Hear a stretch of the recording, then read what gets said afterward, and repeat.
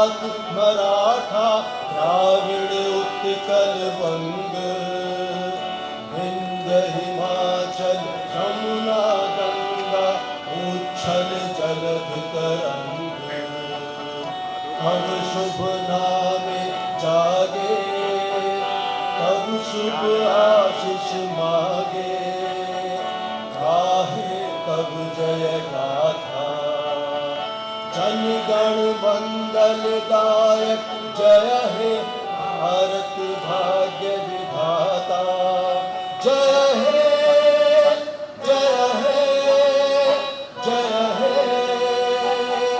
जय जय जय जय हे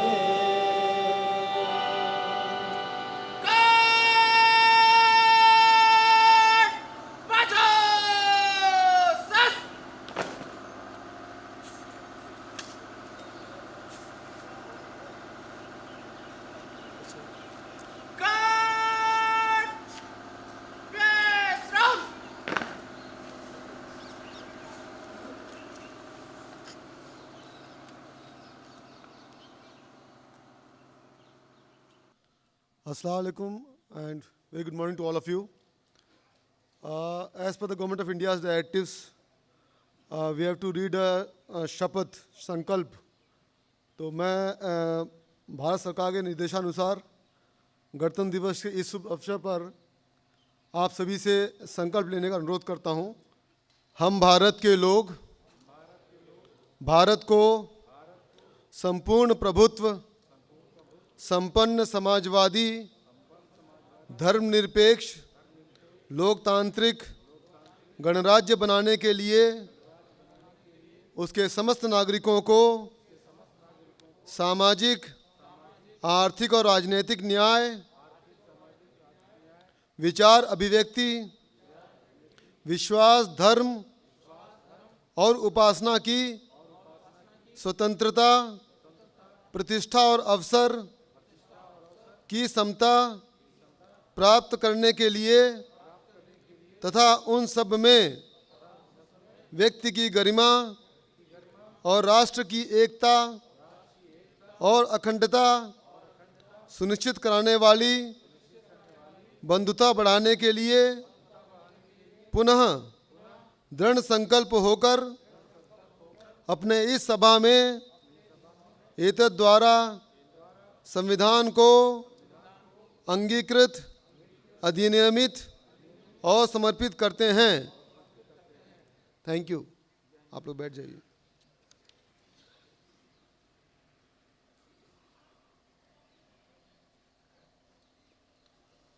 Now I request Ms. Naila Alavi, student of BA English, to deliver her speech in English.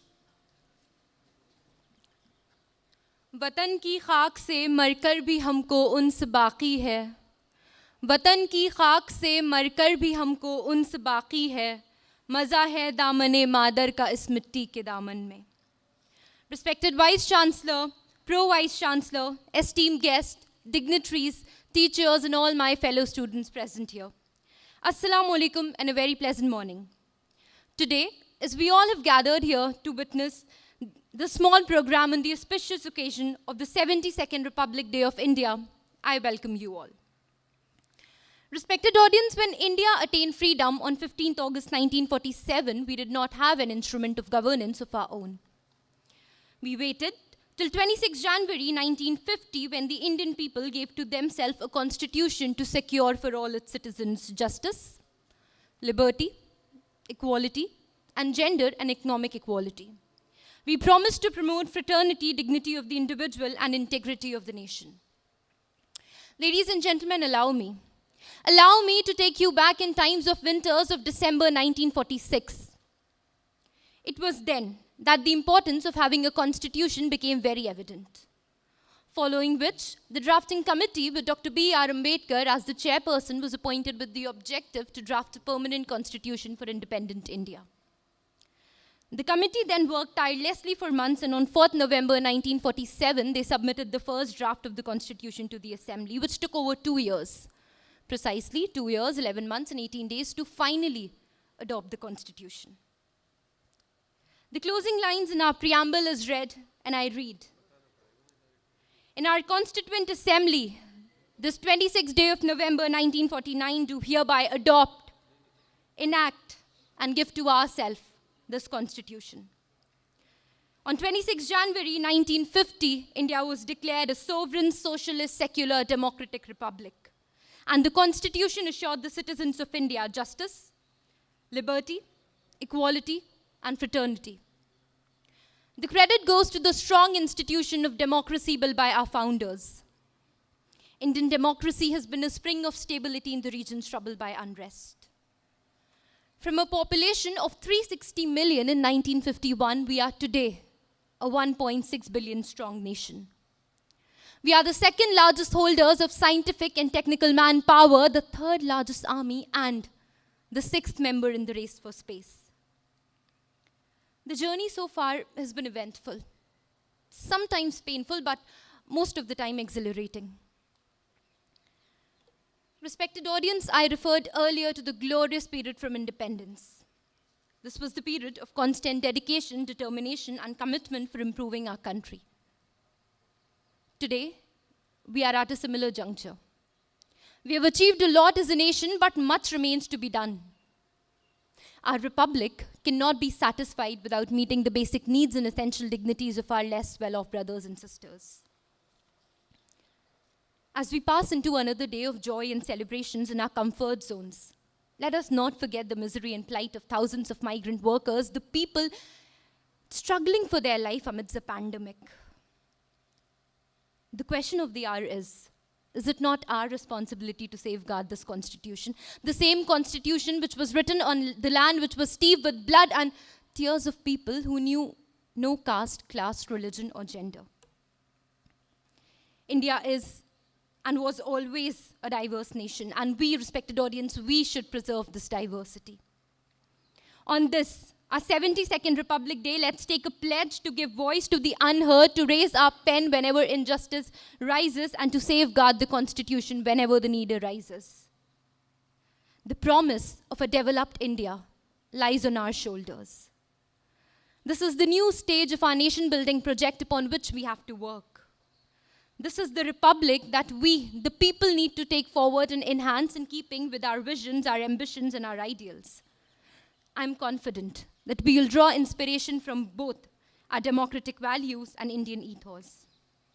India is one of the most diverse nations, not only in terms of religion, caste, creeds, and tribe, but it also has varied cultures and traditions and languages which have together flourished for many centuries in making India the strong, independent nation on the face of the world map. Diversity gives ways to different ideas and multiple ways of implementing them in various fields of development. Diversity builds the moral character of a nation, developing the human psyche to face new challenges. Lack of diversity can isolate and marginalize a nation to monotony, a mechanism without growing interest that can lead to a slowdown in its progress. In the words of Nelson Mandela, it is not our diversity which divides us. It is not our ethnicity, our culture, or religion that divides us. Since we have achieved our freedom, there can only be one division amongst us, between those who cherish democracy and those who do not. Father of the nation Mahatma Gandhi once famously said, and I quote, "Today, let us remember the golden heritage of our country and feel proud to be a part of India." With these lines, I would like to end and wish you all a very happy, proud, and a thought-provoking Republic Day. Jai Hind. Thank you, Ms. Naila Alvi. Now I'll request Mr. Asif Saud, student of MSc Industrial Chemistry, to deliver his speech in Urdu. सदर आली वकार शेखुल जामिया मुस्लिम university Aligarh professor Tariq Mansoor साहब, नायब शेखुल Jamia professor Zahiruddin साहब, registrar जनाब अब्दुल हमीद साहब, काबिल सद एहतराम असातिज़ा इकराम, मुअज़्ज़ज़ सामईन, तलबा और तालिबात, सबसे पहले मैं आप तमाम लोगों को यौम जमहूरिया की पुरखुलूस मुबारकबाद पेश करता हूं। मुबारकबाद इस बात की कि आज ही के दिन 26 जनवरी 1950 में इस मुल्क ने यह फैसला किया कि हिंदुस्तान में एक ऐसी जमहूरियत होगी जो लोगों के लिए, लोगों से और लोगों के जरिए होगी। हुकूमत हर फर्द को बराबर का शहरी तस्लीम करेगी।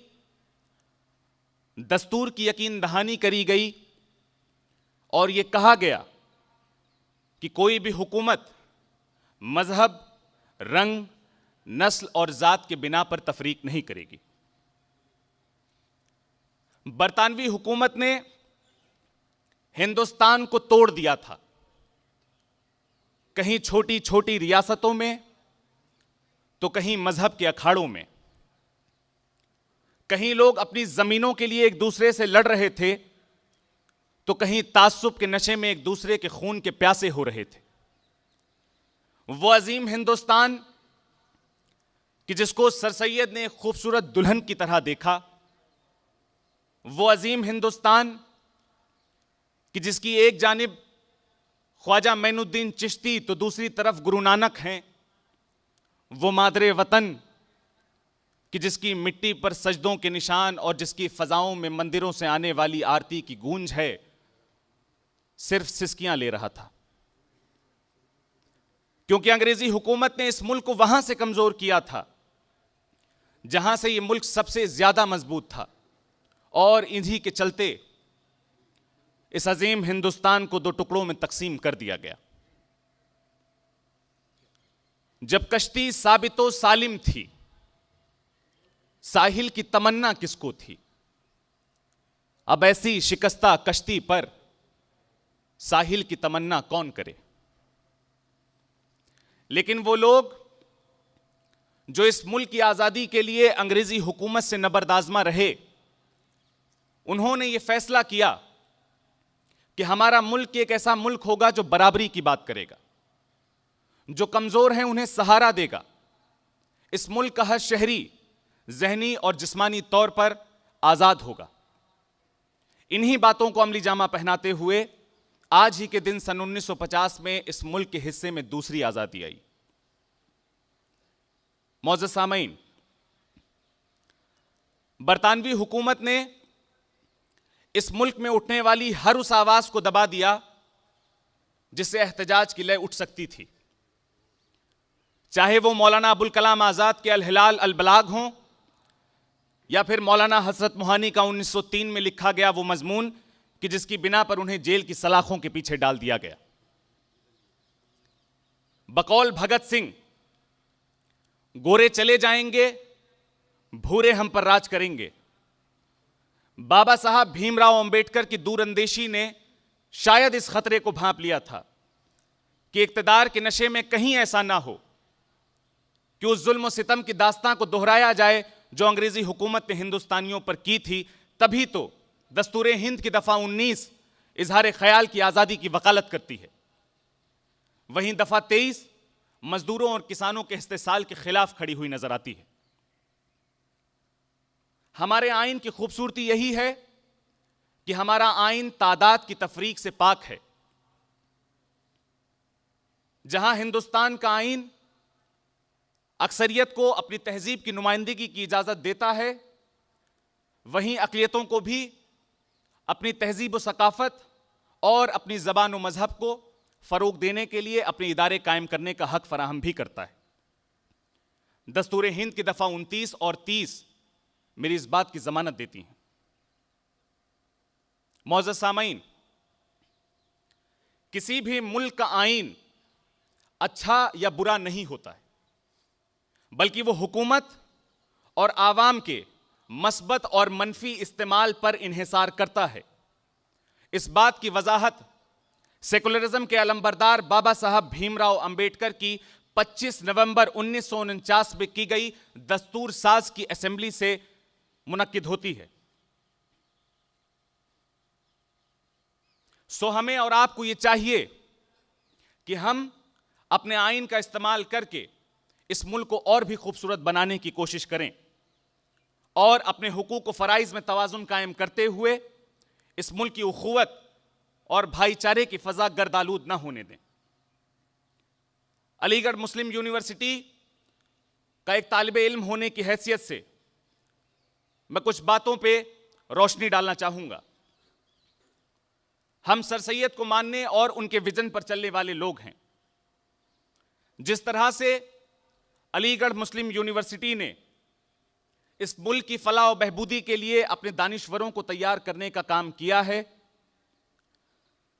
आज फिर उसी फिक्र का असर नौ जायजा लेने की जरूरत है, जिसके लिए हमें अपने आइन को पढ़ना होगा और हमें अपने आइन को समझना होगा। अपनी बातों को यहीं पर खत्म करते हुए, छुपाकर आस्ती में बिजलियां रख ली हैं गर्दू ने, अनादिल बाग के गाफिल न बैठे आशियानों में, न समझोगे तो मिट जाओगे ए हिंदोस्तां वालों, तुम्हारी दास्तां तक भी ना होगी दास्तानों में। बहुत बहुत शुक्रिया। Thank you, Asif Saeed Saab. Now I will request Honorable Vice Chancellor Saab to kindly address the gathering.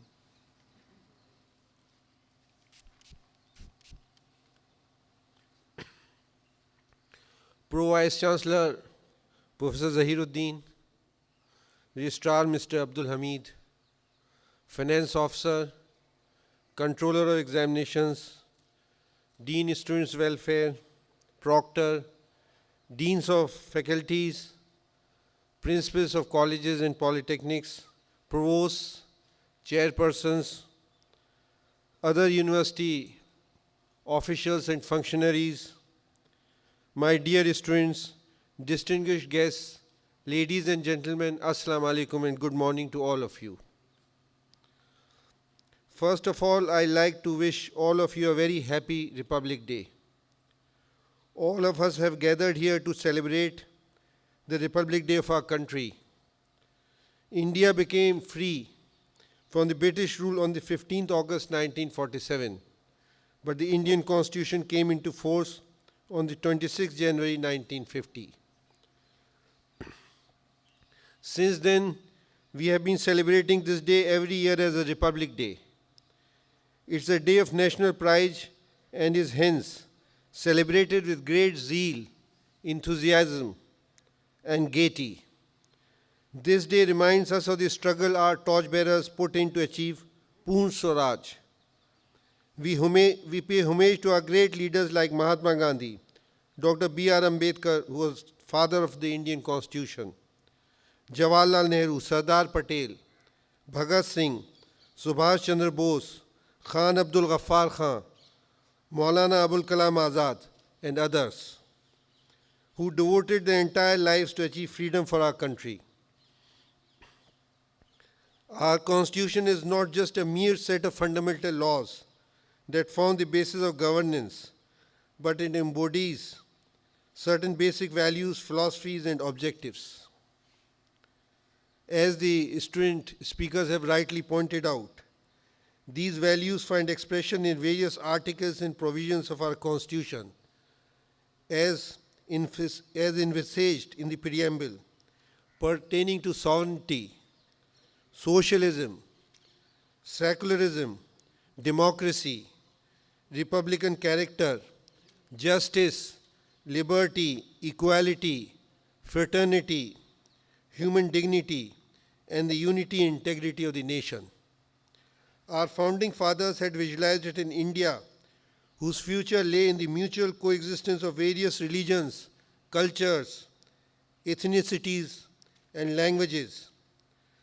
The progress, unity, and integrity of a nation depends on granting equal rights, equal opportunities, and justice for all its citizens.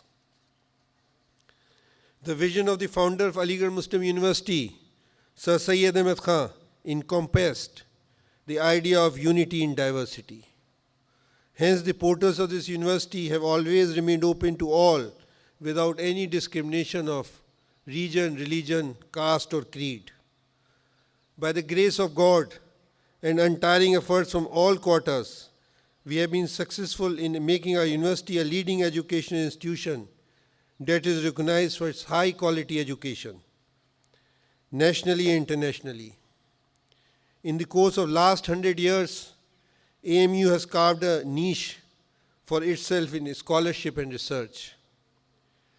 We are privileged to have our Honorable Prime Minister Shri Narendra Modi address the AMU fraternity on its centenary celebrations.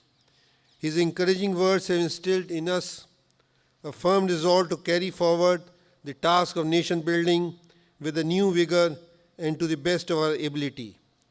His reference to AMU as Mini India has reaffirmed AMU's true cosmopolitan and secular credentials. We have on our rolls students from 29 states and union territories and foreign students from about 20 countries. Early January 2020, 1 year back, we set ourselves on a task to build a landmark gateway, the Centenary Gate, a fitting tribute to mark the 100 glorious years of the establishment of our university. Alhamdulillah, we could complete this Herculean task in record time, despite the immense challenges we encountered due to COVID-19. It was inaugurated by our Chancellor, His Holiness Sayyidina Mufaddal Saifuddin. The Centenary Gate will shine a spotlight on the unique cultural heritage of AMU, will stand tall as a testimony of our undying love and will inspire our posterity to continue in the spirit of our founder, Sir Syed Ahmad Khan.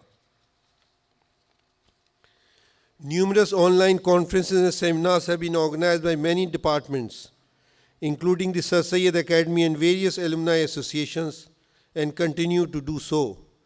A time capsule, the highlight of this Republic Day celebrations at Aligarh Muslim University, will be buried today to preserve AMU's magnificent 100 years history. It fills me with immense pride to state that in terms of handling the pandemic, which shook the basis of the entire world, AMU's performance was par excellence. AMU has played a vital role in testing, treatment of COVID-19 patients, and now conducting vaccine trials. I credit this effort to the entire AMU fraternity, particularly the doctors, nurses, and paramedical staff. The world's largest vaccine program is underway in India. India has always been at the forefront of vaccine development and production. The only way we can beat this pandemic is by mass vaccination program. As I said, India has always been at the forefront, both qualitatively and quantitatively, in vaccine production. I request all to not believe in rumors and misinformation and cooperate in the mass vaccination program. All efforts are being made to start new courses for our students in the centenary year, with a primary aim to open up job opportunities and an eye on employability. Some of the courses which have been started include DM Cardiology, PG Diploma in Pain Management, Intensive Care, Neuroanesthesia, BTech in Food Technology, MTech in Solar Energy, Biomedical Engineering, Artificial Intelligence, Disaster Management and Earthquake Engineering, Robotic Engineering, MSc in Data Sciences, and Forensic and Digital Sciences, MSc in various subjects in Agriculture Sciences, and MD in several subjects in Unani Medicine.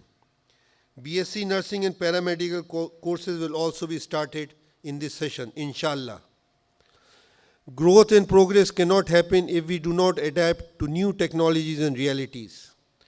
I also take this opportunity to congratulate Mr. Muhammad Shadab, a student of one of our schools, for winning the Prime Minister's Youth Award and interacting with the Honorable Prime Minister. Teamwork, consultation, coordination, and planning have been the hallmark in the successful completion of our projects. In the smooth functioning of the university, the support I got from the teachers, supporting staff, students, alumni, and well-wishers have played a pivotal role. I am greatly indebted to all of you. In the end, I exhort everyone to strengthen our democracy by being united, fearless, and positive in our attitude. Let us forge forward confidently to healthy, strong, and self-reliant India. Jai Hind.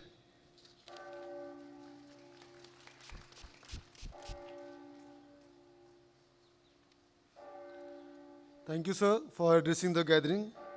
Now I sincerely thank all the guests present here for attending the celebrations of Republic Day. This program comes to end here. Thank you, Shukriya, Allah Hafiz.